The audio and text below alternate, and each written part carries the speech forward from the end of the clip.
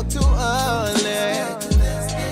Oh, indaba, talking my business isintu, nazo zonke indaba zabasha.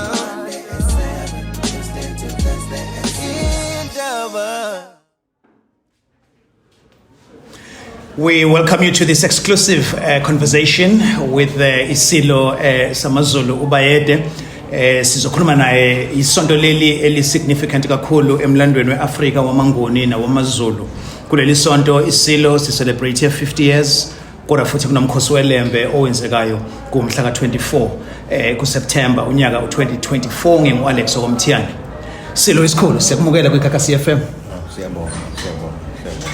Yes, earlier on uke wadlala igolf lapha yana. Isilo asikejanga nje ngoba ngibonile lapho besifakela ipressure. Ngiketshakethile kabili kathathu.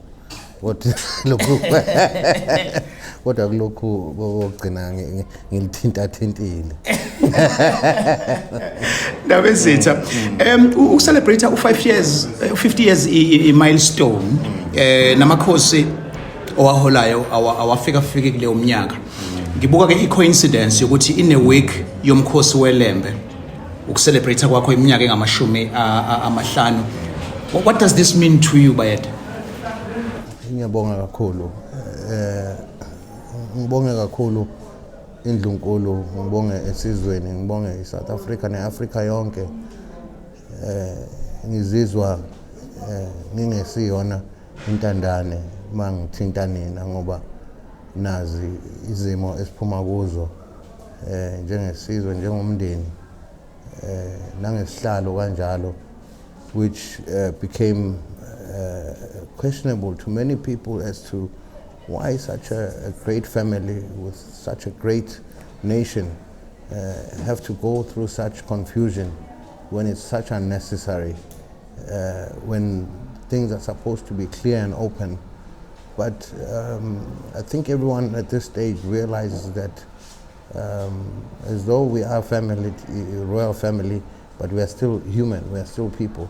So what goes through every family, even us royals, we do go through it. So a day like today, for me, would be such a great blessing to be I would say middle age 50, which is, I think, you're above adulthood. I'm a full adult, which comes with a lot of responsibilities, especially for me, not only for my nation, not only for my family, and not only for South Africa, but for many people out there, for the betterment of our communities where we come from. Ngalokhu kakhulu bengifisile ukuthi isipho sami kulokhu angibheke isipho ukuthi ngiphiwe inkomo noma ngiphiwe imbuzi, kungaba isenzo nje nami uNkulunkulu engibone ukuthi uyokujabulela ukuthi ngicele isipho esifana nalesi ngoba umprofeti omkhulu kaNkulunkulu wambuza ukuthi ufuna ini kukho konke emhlabeni, wathi ucela ukuhlakanipha. Wayeka wonke ubumengemenge amagolide nakho nalokhu into zasema, wathi nje uNkulunkulu memupha ukuhlakanipha uyobumphe konke emhlabeni. Kwaba into ephuse kakhulu nehlakaniphile leyo ngoba uthi uma ubheka mina kulokhu nje isipho sami mangingacela ukuthi kwehle ubugebengu, kwehle nje ubugebengu, kwehle nalokhu kuhlukunyezwa kwey'ngane ey'ncane nabantu besifazane, ngoba i-Afrika yonke ngoba ingaka ithina esihamba phambili kulolo hlevana, okuyinto eyihlazo-ke ngoba wonke umuntu ubheke mina emehlweni. Phela uma nona niwuZulu, wonke umuntu ubheke ingonyama emehlweni ukuthi kanti umsebenzi wami yini uma konakala kanje.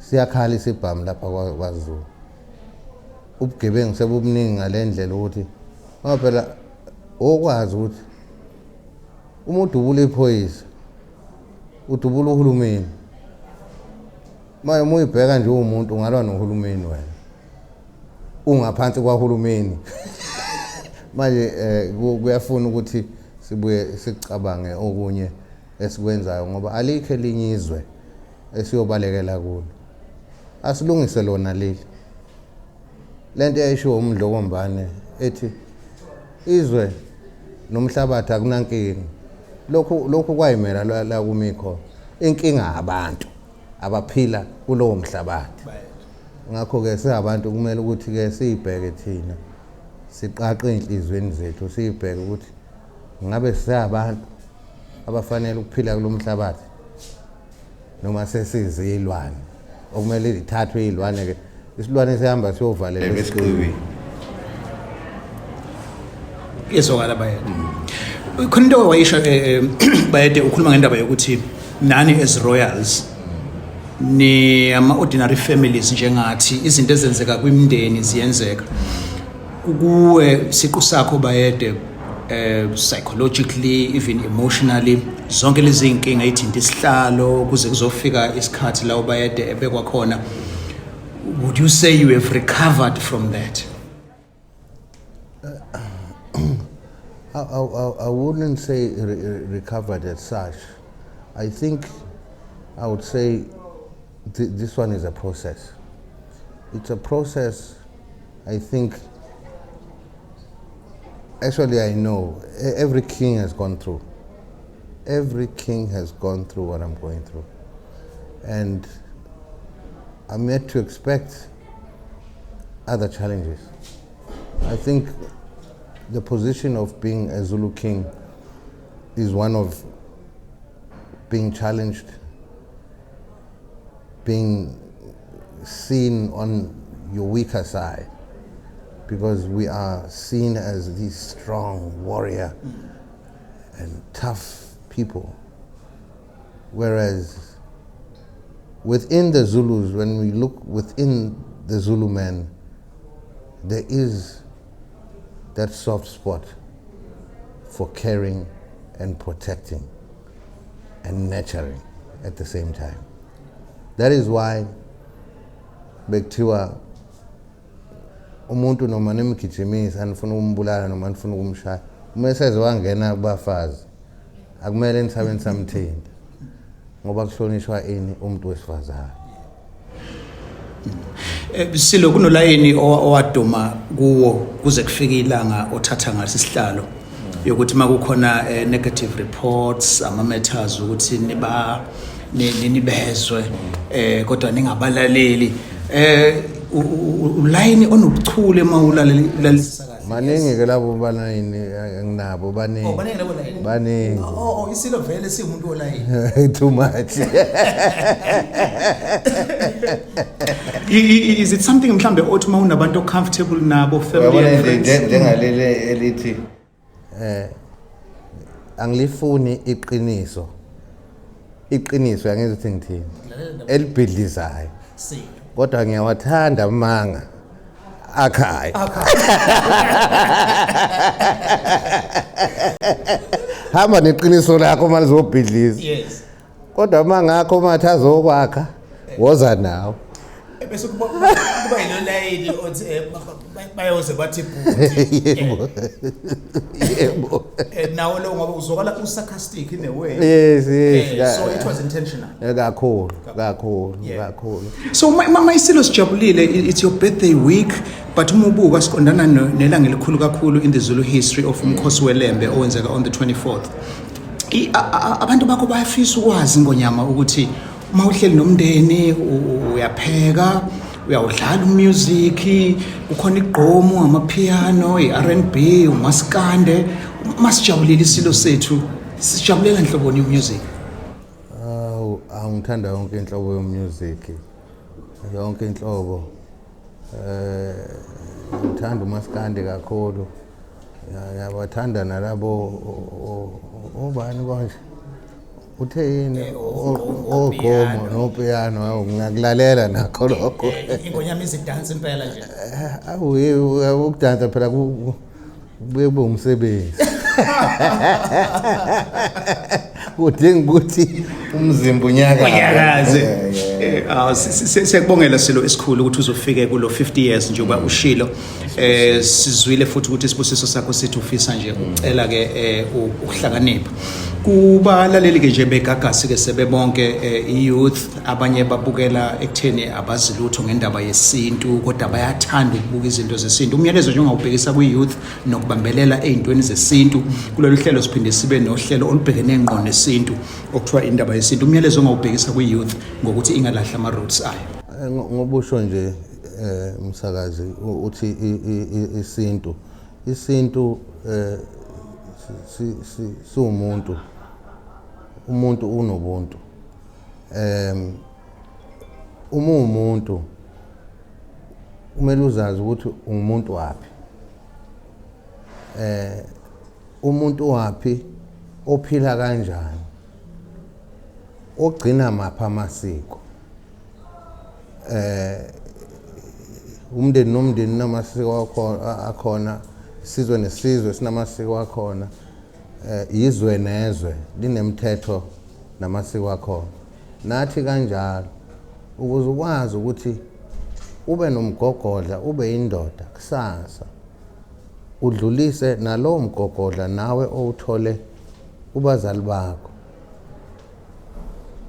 Umele ukuthi ugcine lokho owakufundiswa ngabazali bakho ukuze uphile kusasa, ngoba kubaphilisile bona isizukulwane nezo usuzokuyekelani ke wena.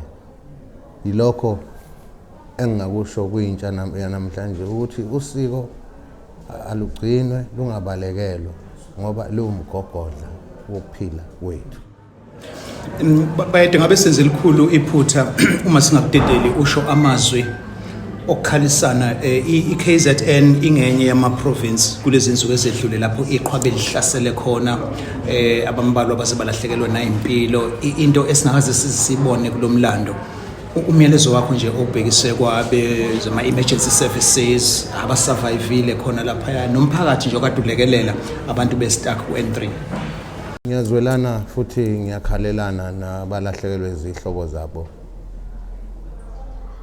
kulesi sigameko, ngoba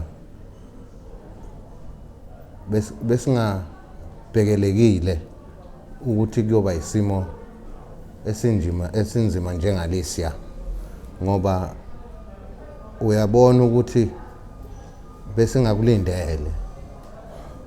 Yingakho izinto ziphenduke zaba ile yandlela. Futhi ke ngicela ukuthi abantu bengethuki kakhulu. Lokho sikulindele, kade sitshenwa nge-climate change. Vese isimo sezulu bakwethu ngesasazi ukuthi simi kanjani, sibhekephi ngenxa ye-climate change. Nalokho bakwethu kunomthelela omkhulu, ngoba sibonile ukuthi lento eyenzekile besingayilinde kasiyazi isehlule. Ngalokhu ngiyakhalelana kakhulu nabantu bakwaZulu Natal, kakhulukazi nase-Free State kanjalo, la kuthinteke khona kakhulu ukuthi sikanye nabo sokwenza konke okusemandleni ukubambisana nabo, ngoba kuyaziwa ukuthi wonke umuntu ubebhekene nesimo kade ngasilindele. Hlangalezo yebo sesiyiphetha ke lapho ingxoxo yethu exclusive lapho besikhuluma khona neSilo samaZulu. Sikhulume ke ngezinto eziningi. Uzwile esho ukuthi ke online ke hayi into zakhe ubayede ade ke sesichomela ukuthi nabo online ubasebenzisa ke kanjani. Wasiyasho ke nanokuthi kuhlobo lonke lo music uyalalela njengoba lunjalo. Siyabonga kakhulu Hlangalezo. Siyabonga.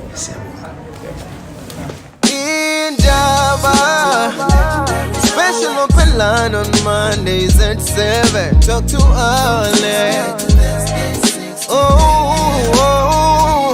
Indaba. Talking my business is simple. Nazo zonke indaba zabasha. Indaba.